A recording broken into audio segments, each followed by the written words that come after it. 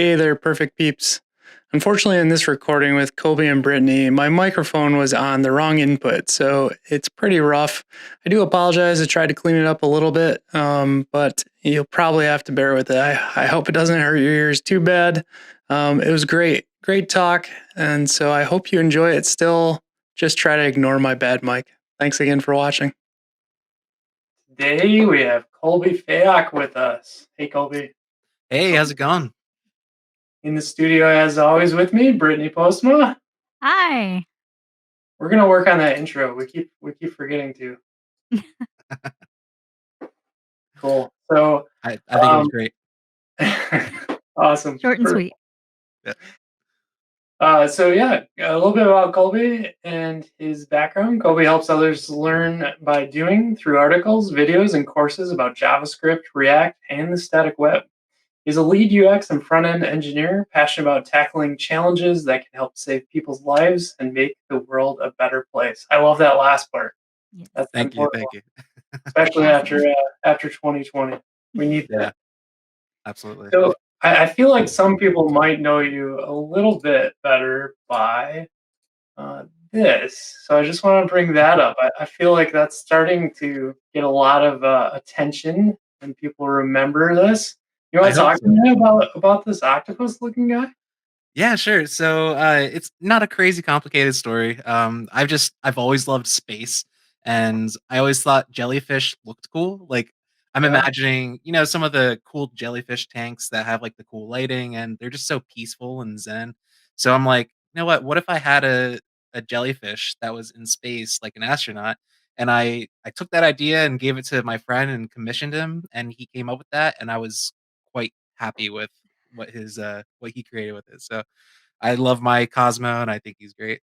The holographic sticker is the best. It's so cute. Thank you. I usually what I try to do is wait until they go on sale and then just stack up so that I can give basically give them away. Yep, exactly. Are you using Mule or not MuleSoft? It's been a long day already. Sticker Mule. There we go. For that. For when they go on sale, I use Sticker Mule, yeah. But I've also used Rockin' Monkey, which is I think it's Rockin' Monkey, and there's also a Sticker app. But yeah, I usually wait for because the sales are pretty good because it's like 50 stickers for $20. It's pretty not too bad, right? So I'm taking notes. We always need more stickers. Got to get the cat stickers going. Exactly. Yeah, I have the AJ shirt on today. You can't really see. I forgot you got them. I didn't wear my. I have a Space Jelly shirt too. Oh, look at that! Nice. Everybody's got their shirts on. I don't have mine Come on, you got to keep up. I have a whole drawer full. I usually put it on. I got so lazy today. Next time, we'll have you back on, Colby. Everybody will wear. Sounds great. Cool. Well, diving into it, the reason we brought Colby on today was to talk about his sweet book and more, but Jamstack Handbook. You want to talk a minute, just give a little brief overview of what this is, and then we'll dive into kind of the rest of the subjects that you cover within the Jamstack Handbook? Yeah, for sure. So Jamstack Handbook, as you might imagine, talks about the Jamstack, and what I'm trying to do with it is give an unbiased look at what the technology is and kind of where things come from, and really help people get up and running with practical examples and walkthroughs. Towards the end of it. Colbyashi Maru. I think it's my Twitch. Is that my Twitch? And I'll let him give a little bit of his own introduction. Twitch doesn't have the. Coming from? I think it's the Twitch tab in there.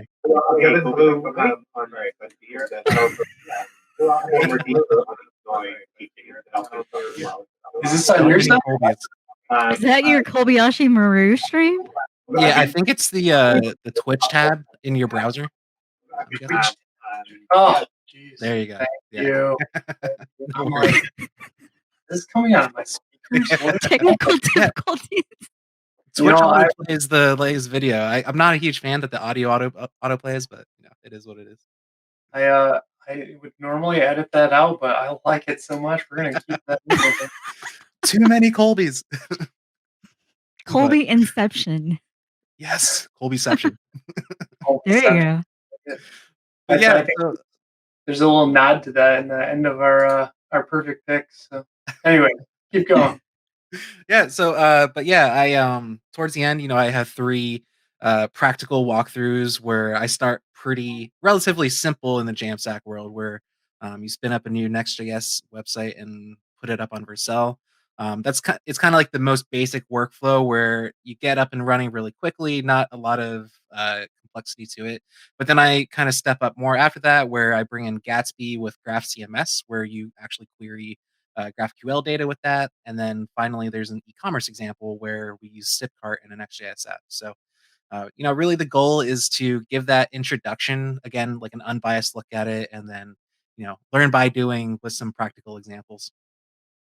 I That's really love the beginning of the book where you explain what the Jamstack is and then the pros and the cons to it. And you give, like you said, just an unbiased look at what's Thank good about it. And there are obviously trade offs. So, you. Mhm.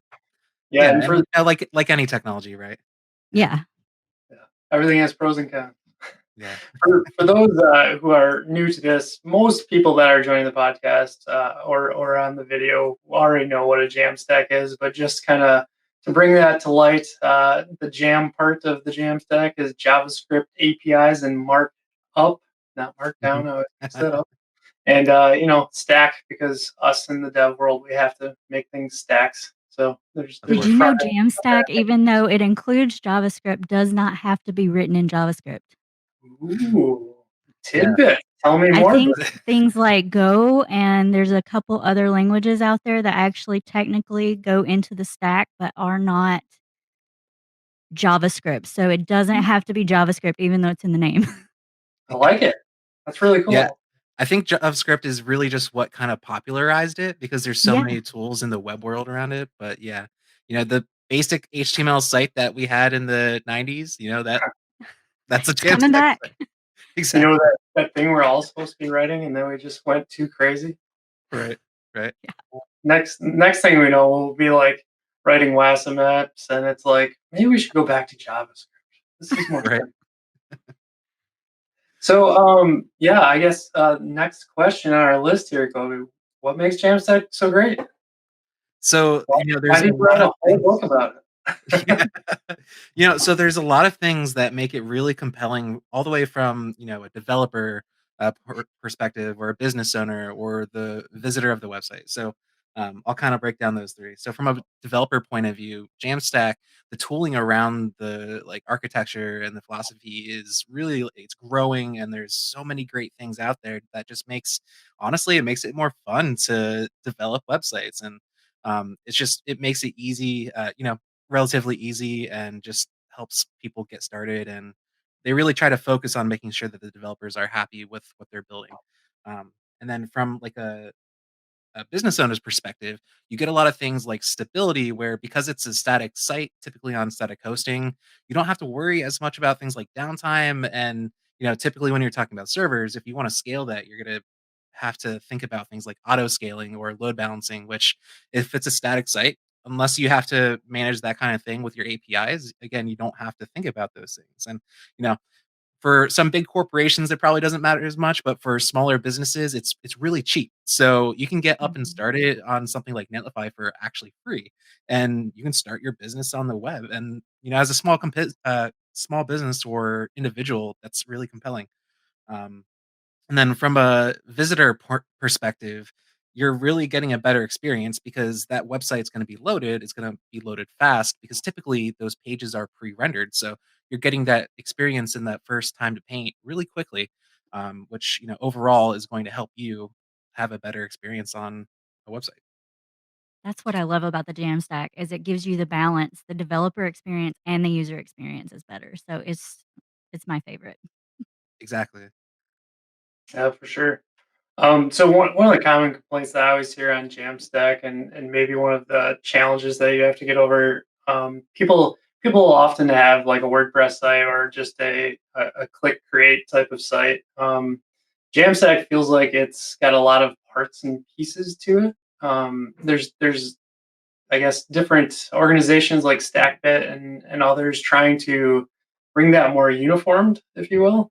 Can you talk a little bit about like why would it be challenging for maybe let's say a WordPress developer to come into a Jamstack world? Yeah, no, I think that's a good question, because there can be a lot of moving pieces, right? So if I wanna spin up an e-commerce app, I'm gonna need my payment processor, or I'm gonna need my, some kind of authentication if I'm providing a login for that, and those are all different pieces. So in that perspective, having everything already baked into WordPress, that makes it easier to spin up a entire ecosystem of a project. But the thing that's great about having these different services is one, you have flexibility for what you want to choose your service to do. So if I want to use Auth0 for the authentication, because they do a pretty good job at that, and I don't have to worry about security, they're going to handle that, and then I can focus on what I want to do. And similar to like the payment processing, instead of me having to design and figure out like accessibility and all those things on a checkout experience, I can use Stripe Checkout, which will handle all that for me. So being able to have those pieces that I know that those services are going to be doing what they do really well just makes it easier for me to wrap my head around the special and unique parts of my application. Mm. Yeah, that's very true. I'm gonna pop up this site for Jamstack really quick. Maybe there we go. And just kind of like look through. I think we've touched on a couple of these pieces, but something else that past that first initial stage of getting off WordPress, you often hear this part about security, and I always hear, "Well, static sites are perfectly safe," and it's like, well, they are, but the underlying things beneath them may not be. So you need to be careful. And I always like how they call out on here higher security. So your page might be more secure versus like a WordPress page, but you still have to think about like APIs that maybe you're creating or others are creating that are not perfectly maintained and don't have the security requirements. So it's not necessarily 100% secure. Have you run into any of that as you're kind of carving out your Jamstack sites as you build them up? So fortunately, fingers crossed, I haven't ran into any issues. But the work that we've done to try to prevent those things, like we definitely have done a lot of. The company that I used to work for, we were building an authentication system into a satellite tasking dashboard. So we needed to make sure that it was completely secure with client side authentication. And trying to figure out where those pieces lived with a client side application that was static.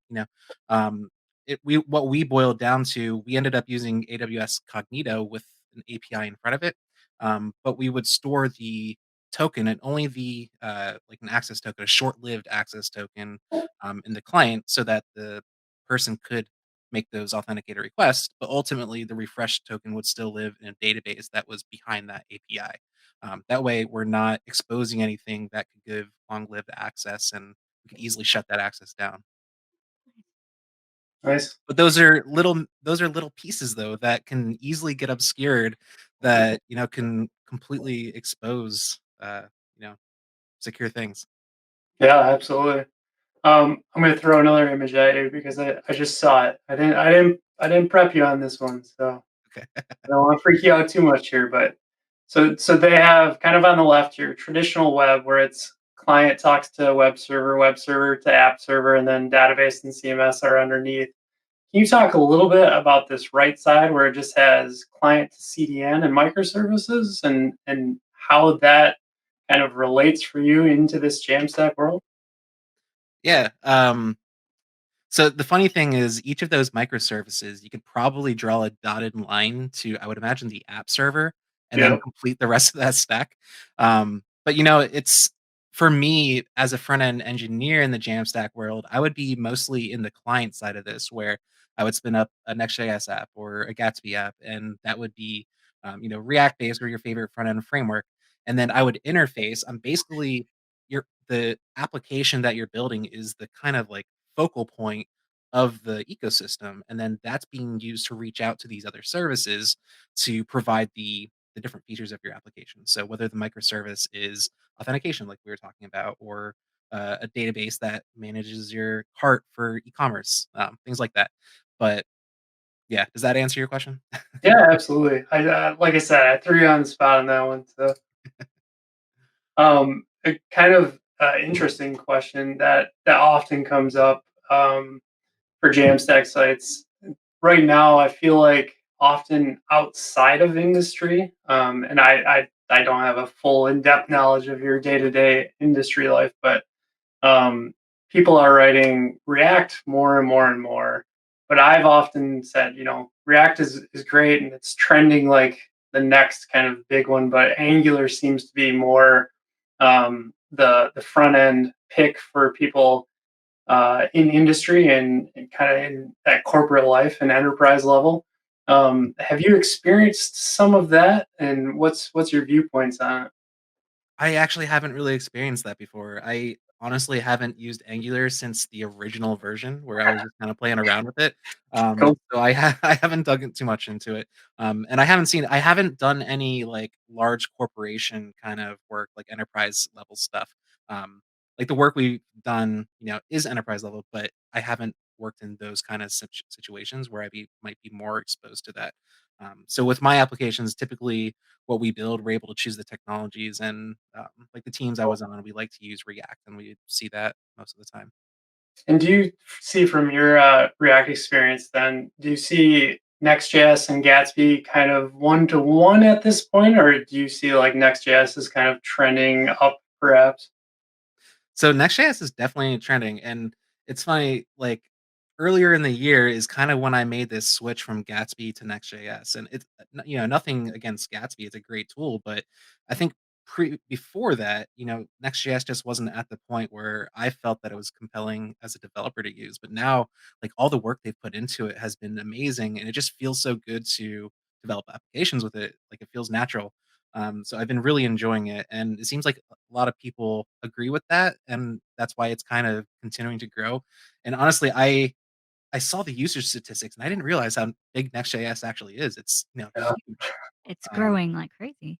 yeah, but I don't see that stopping because, specifically because the way that they're developing their API, they seem to be paying a lot of attention to like the developers. Like I see them Yeah. talking right in the GitHub, what is it, the discussions feature, and they're talking to real developers about it. So it's cool to see. And Yeah, you we have a new Egghead course on that, right? Did you say me? Yeah. Yeah, it's a Next.js e-commerce application. So I walk you through building, spinning up a brand new Next.js app, and we use Stripe checkout to create the e-commerce part of it. But yeah, we go through like the how to create new pages and dynamic pages and things like that. So I've been having a Nice. lot of fun with Next.js. Yeah, I think Next.js's biggest advantage, I think where Gatsby had it in the initial go was kind of the static build outs. And then having the community, I think was the Mm. biggest thing that Gatsby ever did. I mean, I jumped right in. I'm like, wait, I can get a pair of socks for doing whatever. And it's Same. like, yes, please. And, I think it really drew people in. And I think the technology part of it, they're kind of catching up to still, and I'd love to have somebody on from Gatsby to kind of Mm. compare and contrast the differences still.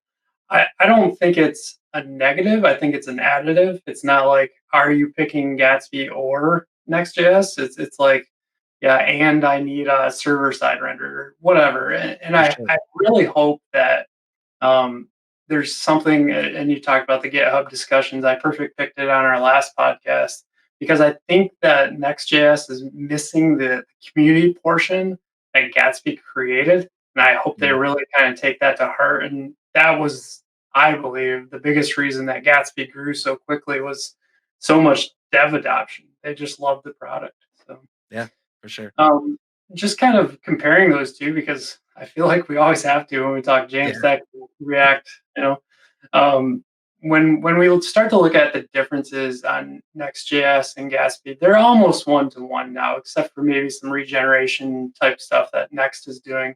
Uh, However, I think getting into those paradigms, maybe you can talk about this a little bit. When you go into Gatsby, it's very much you have to know GraphQL and you have to Mhm. kind of use that as your It's the provider data store. layer. Yeah, that data layer is like very specific. And I think Next.js is kind of winning on that with the data layer that you can bring yourself. And Mhm. that's kind of the big difference. Can you talk a little bit how that works for people that haven't experienced both sides? Sure. So, like, I'll start with Next.js. So the way that that they provide the interfaces for you to fetch data, but they don't provide really any kind of data layer. I wish there was a little bit more so that I can do things like hook global data throughout the application easier. But with Gatsby, yeah, that data layer is it could be a little complex because from my perspective and working with others, one of the things people stumble upon when they first open up a Gatsby app, if it's too overloaded with GraphQL, is they're trying to learn what React is, or trying Yep. to get into the application, and now they see GraphQL, and it's just like mind blown, right? So that's a little bit of a barrier to entry for some people, but it definitely is powerful because a lot of the sourcing plugins that they have available, it makes it really easy. And like obviously their plugin ecosystem has really ballooned and providing a lot of options for people. So, while not everybody wants to rely just solely on plugins, that is a great way for people to spin up applications easily and quickly, right? So Hmm. there's a lot of compelling reasons for people to use that if they don't want to spend the time doing that manually in Next.js. Yeah, I think the interesting thing, people don't know that Next.js actually does have plugins that you can use. I can't remember them. I'd have to bring them up, but Gatsby's plugins are just there's And so that's many part of of that them. community. Like the Yep. Next.js needs to get that community in to do those things, build more. We need Yeah. that image component to do placeholders correctly. Yeah, Yeah. I've played around with the plugins with Next.js a little bit, and at least from my experience, like it feels less like plugins like Gatsby has, and Yeah. Yeah. more of like I think they're more like Webpack plugins because you get access to the Webpack infrastructure. So, like part of one of the projects I'm working on is a Next.js WordPress starter, and one of the things I'm doing is hooking into the build time and compiling a sitemap for the project. Well, Like that's like the only entry point I had into that system to do that for like a global kind of use case. And but it's all Webpack based, right? So it's basically I'm hooking into that, which is okay, but it's nothing like a first class plugin kind of ecosystem. Yeah. I think that's going to become very interesting too as we go more towards the ESM modules and stuff like that, where Webpack kind of becomes this thing that we don't use anymore. It's Let's going to be hope. yeah. And to be honest, I haven't looked too much into that yet. I've only heard, like people talk about it on this podcast and such, but it's something I do want to explore, but since it's still like not quite there yet, I haven't spent too much time looking at it yet, but it seems like it's going to be great once, browsers fully adopt it and such. Yeah, absolutely. Yeah. Go Going ahead. Oh, back to the data layer for a second, the Next.js almost seems like they're taking a Jamstack approach to the data layer where they give you that choice. Like you don't have to be locked into Mm, GraphQL at Gatsby. I like that about it. Just gives you more choice as a developer. yeah. yeah. Absolutely. And I like that my logic is closer to my pages. Like if I'm building a blog post page, right? Like I like that I can query that data right next to it. And it just seems more Mhm. logical to me for organizing my application. Yeah, I agree. Yeah, I think one of the hardest things. So I didn't know GraphQL or React when I first wrote the first Gatsby site, which I took our coding cat site from Hugo to Gatsby, and trying to learn GraphQL. That was and what I didn't know, and I don't know how to like get this across to people. There's GraphQL for the data piece, but then there's GraphQL as a prop coming in as well, and that was like I got through it just because like I followed exactly what was going on, but it took a long time for me to realize like, oh, this isn't actually GraphQL like fetching something later. It's just how it gets passed in. And I think next is maybe a step above in that because when we run like Coding Cat, we're doing the rewrite now, like we're using Firebase in the back end with Mm. Firestore. It's like, okay, I've got my data now I just pass the stuff as a prop and it makes more sense to us. It's not this whole nother GraphQL thing I have to deal Yeah. with. It's an Yeah. added complexity that's almost not really needed in most Yeah, cases. I I've think it heard that helped too. people that knew GraphQL and React to stay more structured, but it's Yeah, very confusing to get started with. Yeah, I and agree. I'm sure there's a lot of great reasons on why they're using it from like the processing of that data layer and stuff. But I wonder if there are better ways to expose that to people who might not be as familiar with GraphQL while still maintaining that power on the back end, the Yeah. Yeah, back end of the front end. Right. You gotta be careful with that one, don't we? So I kind of want to dive into, we have on the list here kind of e-commerce and Jamstack. What are some of the e-commerce solutions? You mentioned one earlier. I know Next.js has one. What's out there? What are you familiar with? Yeah, so I'll first touch on that Next.js one. So the Next.js one is interesting because it's essentially a starter. Uh, you know what I mean by the starter, where it's a template essentially that you spin up. But they provide an easy way to integrate with, I believe it's BigCommerce right now, BigCommerce is out of the which box. yeah, so essentially, like, you connect those pieces and you have an e-commerce site pretty out of the box, which is great.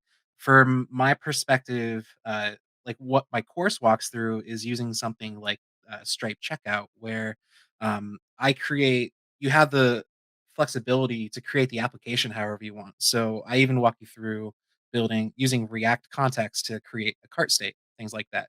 But then when you take that data and you pass it to the Stripe API, where they take over. You're basically passing them to the Stripe website, and they take over and handle the payment processing and the Yeah. checkout process. Which I'm not sure if you've dealt with that kind of stuff before, but it's very challenging because you have to consider things like international addresses and like the accessibility of those forms, and they're all really important, critical things that Stripe is doing really well with that solution. So I really like that.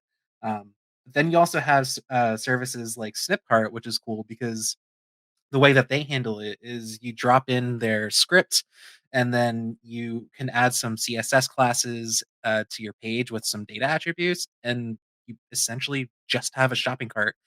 It's really simple to get up and running, and that's one of the tutorials that I have inside of Jamstack Handbook, just to throw that in there. But it's compelling because whether you're on the Jamstack or whether you have React, Vue, or even just a static HTML page, like you can drop that in really easily. It's an Um, easy so that's drop-in pretty neat. shopping cart, like, Yeah, really ea Is and it you know, how customizable is that? Is it just like you're loading all your different products and things like that to it, and it creates its own pages, so you can like directly link over to that, or is so there API or? I don't think it doesn't create, like, any of the pages or something, or from that perspective.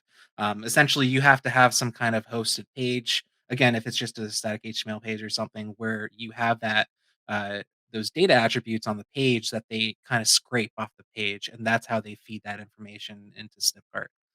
But, like, you know, this is really compelling for people who might not be as technically prone to want to spin up an entire new application. Like even if they have a WordPress site, because they know they can do that easily, they can drop in these data attributes and have a store, right? Uh, The shopping cart, is that a modal? I believe so. Yeah. Yeah, I think it's just a modal that pops in onto the page that's already built, and So. Yeah. the only problem for me with Snipcart is that they charge you an extra 3%. So you would get Mm. 3% charge from Snipcart, and then Stripe would take 3%. So you would get essentially double charged, Well, I think but that's part it's of easy. like the service they're providing, right? So. Yes, Um, exactly. It is a service. So I mean, it's drop in and it's easy. Yeah, so, like, as a It's developer, work. like, I would probably go the Stripe route because I would think it's fun to do, but somebody who doesn't wanna spend the time doing that, that fee is covering the service that they're providing you. My perfect pick later will come back to this a little bit. Okay. But if Very you cool. wanna see what that modal looks like, you can go to SpaceJelly.dev, which is just a Oh, little Oh, sticker store yeah, that I the have. sticker shop. totally Yeah, do, because those stickers are awesome. thank you. But, yeah, They're like, really cool. if you click add to cart on any of them and then click checkout. Or even if you just see, it just pulls up this modal, and you instantly have the Oh, checkout process to go through. And all I'm doing is putting those data attributes on there. so this is a static page that you have going on here, and then this is also a page that you're hosting, It's So the and that's same snip page. cards. Yeah. same. Okay, So that what it does is kinda like what Brittney was saying is that it's a modal that kinda shifts on top, like it's a div, and gotcha. that provides that experience. But that's all at that point, that's all Snipcart managed, so I don't have to even think about any of that. But you can literally inspect the page, like the add to cart buttons back on the site, and you can see the data attributes as to what exactly, is happening. Yeah. That's super cool. I like it. Plus, I'm gonna buy Brittany and I some stickers now that we brought that up. Nice. Um, yeah. So we talked a little bit about the kind of the e-commerce side on kind of the provided solutions that are there. Have either of you worked like with WooCommerce on WordPress, and can you kind of compare the two, since we're trying to compare a lot of what people would do on kind of an older setup, if you will, with WordPress going over to Jamstack and what that looks like? Yeah, unfortunately, I haven't used it before. I know it's big in the Jam or in the WordPress world, but I imagine, is it similar to like BigCommerce and Shopify, like how they integrate everything and you just have to pay an astronomical fee every month for them to handle it? Yeah, that's my impression. It's Yeah, like Shopify is like $50 a month, I think, at base level, which seems expensive for a starter business. it yeah. gets a little rough. I know that for sure. I think the nice part about these Jamstack sites are most of them, and again, that 2-3% gets a little rough, but I think like Stripe, if you can get into that, that's super cheap compared to a lot of the other items that are out here.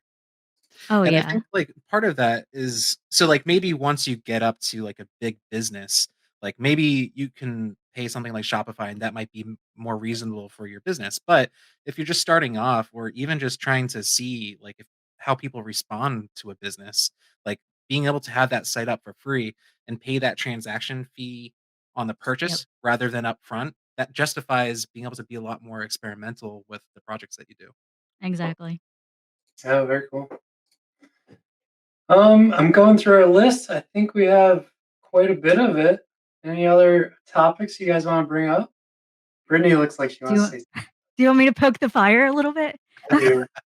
He talked about WordPress earlier. So are we WordPress versus the Jamstack, or is it, can we do both?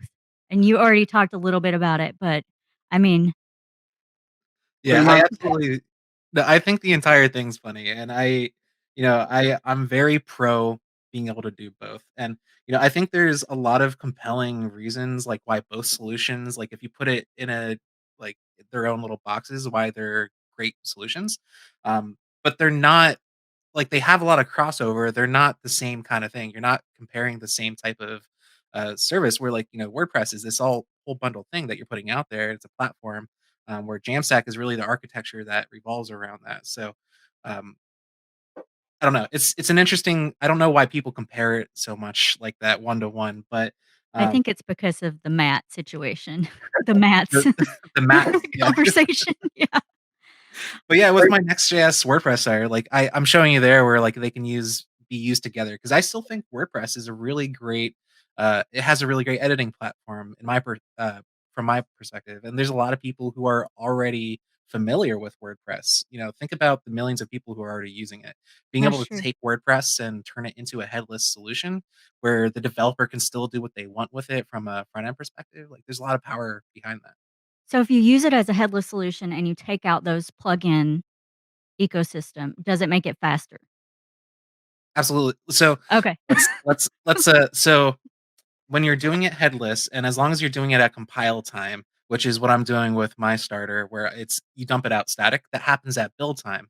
So the person who's visiting the site isn't making those requests to WordPress. They're Now, getting if the you do static. it so if you do it with server-side rendering, though, you still might be making those requests to WordPress. That Okay. said, there's a lot of those plugins that add the bloat to the requests. So you still might be adding to that API request time, but, it depends on where that lives within um, the life cycle of your project. Okay. With static, it wouldn't matter. Yeah. Gotcha. So That makes we sense. do have a live or somewhat live question that came in, and it's very related to this. So I'm going to throw it up here. Why companies avoid using SPA frameworks like React Vue for e-commerce websites, and they prefer to use server-side technologies like PHP, Rails, etc. Hmm. So I think it's a great question. I think we've kind of hinted Yeah. around it, but why do like larger companies that can afford the dev talent, why do they still write it all on that side of it? So I can't speak to like everything, but I know like one example is Jamstack doesn't always scale super gracefully, and I know that that's something. So let me clarify that the pages and building the pages of the site, that part doesn't scale gracefully, and I know they're working on ways to alleviate that with things like with Next.js, they had the static, what is it, the incremental static regeneration. Yeah.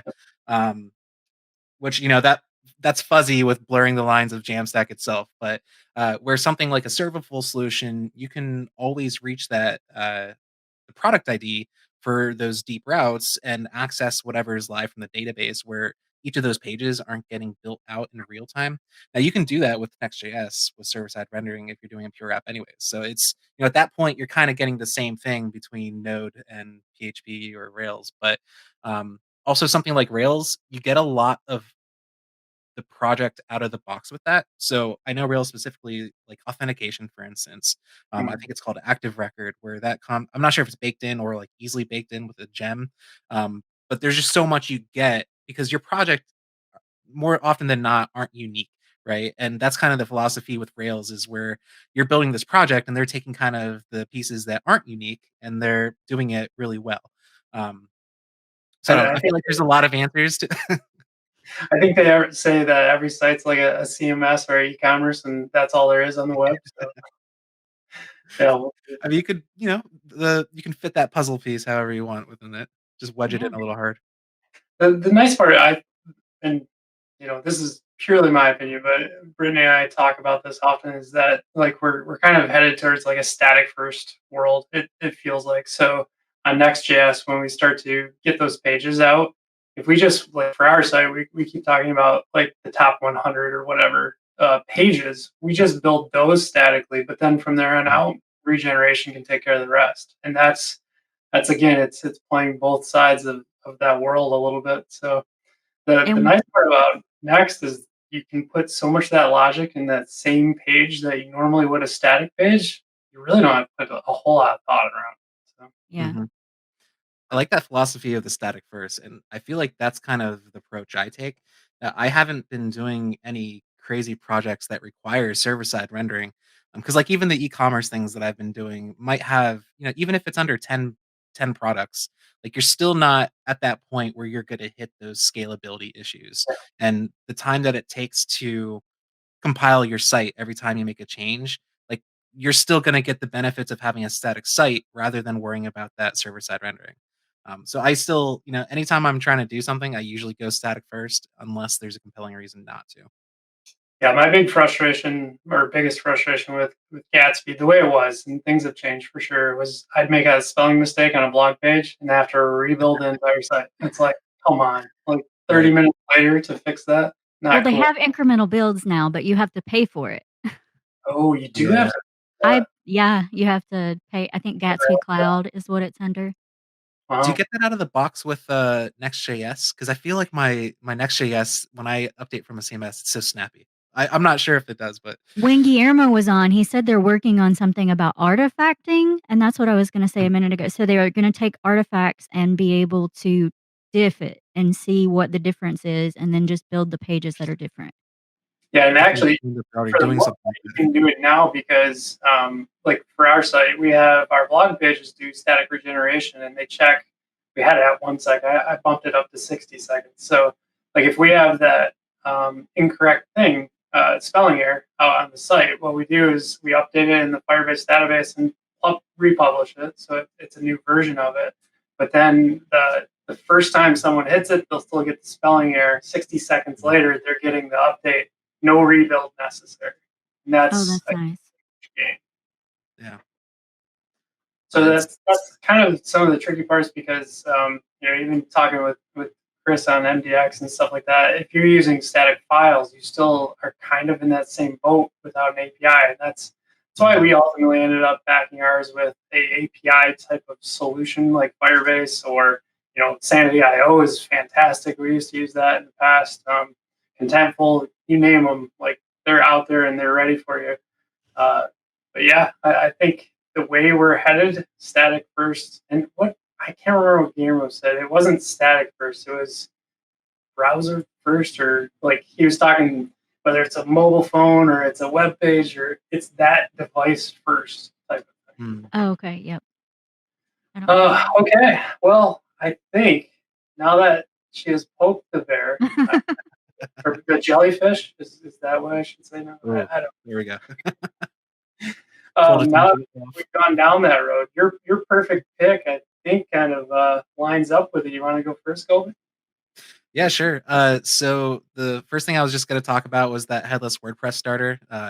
And the reason I think it's interesting is because I'm trying to take that world of WordPress that's typically so dynamic, and just mostly because it's built off of a serverless solution, but I'm trying to take that and turn it into a static website, which it as is it already works that way, but I'd like to keep building in those dynamic features that you would typically have on a serverless solution. So one example of that is search. The way that I handle search is going back to that Webpack build time thing is I'll take the routes that were built out and I'll add those to an index based off of the pages.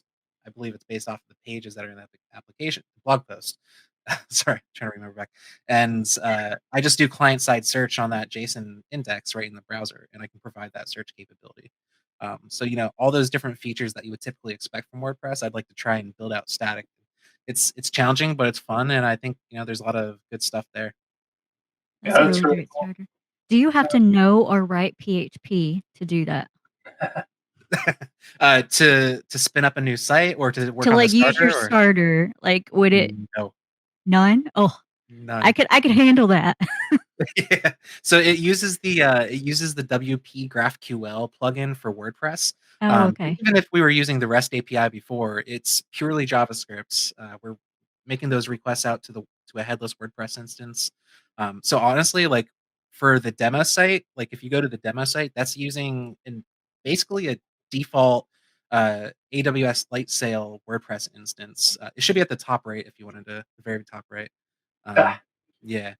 Like what I did is I spun up a new instance on AWS Lightsail, and um, I filled it out with some Faker content. I think it was Faker. There's a plugin that provides the baked-in content, but and that's really what you get. Like if you go up to the search on the top right, you can even start typing some what is it, lorem ipsum, and you can start seeing the search queries and the pages the work and all that stuff. WordPress search I've ever seen. Right. Is that WordPress search? Well, no, it's because it's the index. It's that JSON index of the different pages. And like my goal is that there will be no requests that hit that WordPress server. That way I can stick to that $3.50 per month minimum on my WordPress server on AWS and just have the static site in front of it, right? No, that's fantastic, because then you still have the API piece. How about, I believe that API compiles live. How often do you have to rebuild to get your static sites?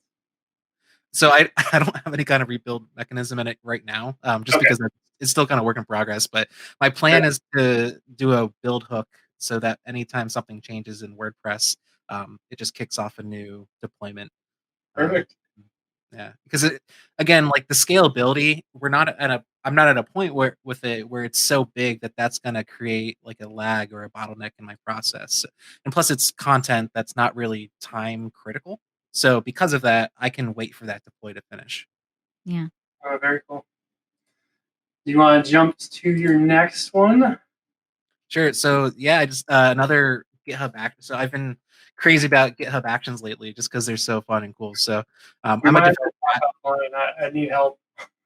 I'm sorry. Okay, yeah, I'd be happy to help out. But I'm a developer advocate at Applitools, which they do visual regression testing. And one thing that I thought would be really interesting is if I could create an action where if you plug it in with literally just that snippet you see in the page and pass in your API key, it's going to scrape your site and it's going to provide that the visual regression testing automatically. So it'll capture a snapshot of your page, and then the next time it runs, if it senses a difference in that page, it'll let you know and fail the build. So it's just another cool thing that I've been working on, and I haven't actually started talking about it yet besides today right now. So I'm excited to start playing more with that and seeing what That's very cool. Just for folks that haven't heard, GitHub Actions, basically they're processes that run, or you could think of it as a workflow that runs for your CI and CD, your integration and your deployment on your site. So something like this would come in, we would do a git commit to GitHub. This would run and check out the site, probably pre-deploy at this venture. I don't know where this one would fit. Yeah, so I would think would be pre-deploy. Well, so for this particular instance, the way that I have it at this time, and again, I'm still working on it, but it has a deployed URL that you would pass in there. So Okay. my goal though is I want to do something like provide an attribute where you can specify the static directory. So just as an example with Gatsby, I believe it's what is it, static or public? Um, Mhm. I, Oh, it's been Like so long. public. But if you specify that directory, it'll query all the HTML files in there, and it'll essentially spin up a local server and run the Applitools eyes visual regression testing on all those pages. So you're basically getting out of the box visual regression testing without having to really do much. Nice. But yeah, GitHub Actions are amazing. I love them. And I think one of the most compelling things is being able to use it for tests and stuff. So especially for open source maintainers, that way you can have that process completely automated. And even for like when Dependabot bugs you to update a dependency, you can. It's an easier way to know to make sure that dependency update is actually working. Yeah, for sure. That Nice. darn dependency bot. So wonderful. Was hoping. So I think those are all your perfect picks for now. Brittney, I'm going to have you go next. I am a little worried with your perfect pick because the Colbyashi Maru site kind of caused some issues a minute ago. I might do it again. You just have to hit pause on Twitch. Oh, I right. forgot. I wanted to throw this up here. So Lumjacker, if you know this person, says you're very popular in the community. That's pretty cool. Thank you. I that's nice to hear. That's what I thought. That's so cool. Yeah, that's awesome. Okay, Nice to see you from the ZTM community. I'm gonna dangerously click the Colbyashi Maru and try to mute it. Yeah, like Colby said, that autoplay feature is kind of nice, kind of painful sometimes. I've auto muted it. And the funnier thing with this one is when I first started recording the stream, I accidentally didn't mute the stream from my audio. So it starts doubling up the audio. Oh, and so it was like we said, Colbyception, like twice in this episode. Right. Yeah. Forget Inception. We have Colbyception. Yeah. Twitch usually auto mutes it though too, right? So it auto plays, but it auto mutes it. So it must have gotten unmuted somehow. Anyway, so my perfect pick is Colbyashi Maru. It is a new show that Colby's doing on his Twitch stream. Hopefully, I'm going to be on there next month doing some Spelt, which I'm really into. So, yeah, it's really fun. Go check that out. And I'm excited to have you on. Yeah, and your next perfect pick? Yeah, my next pick is picking something that goes back to what we were talking about with the e-commerce solution earlier. Snipcart allows you to have that cart just kind of dropped in, and it's pretty easy.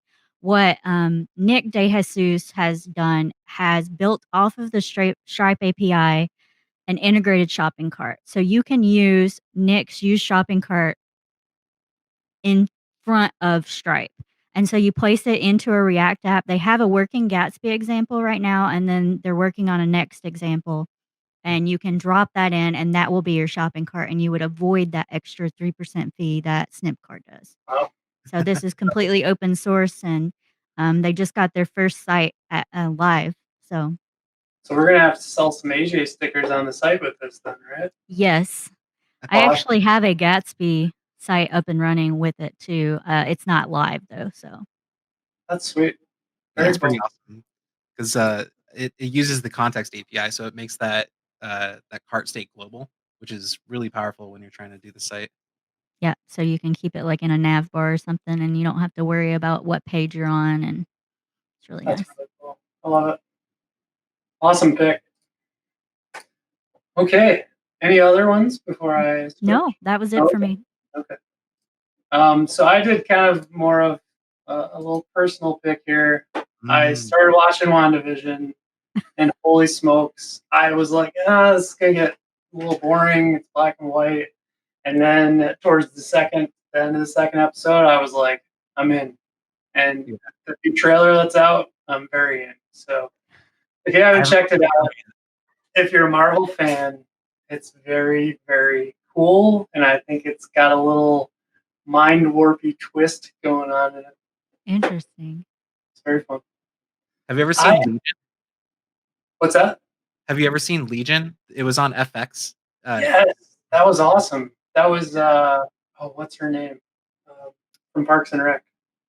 Yeah, I forgot her name, but April on Parks and Rec. Yes, exactly. It reminded me of like the like mind warpiness of like being in a different like I don't know.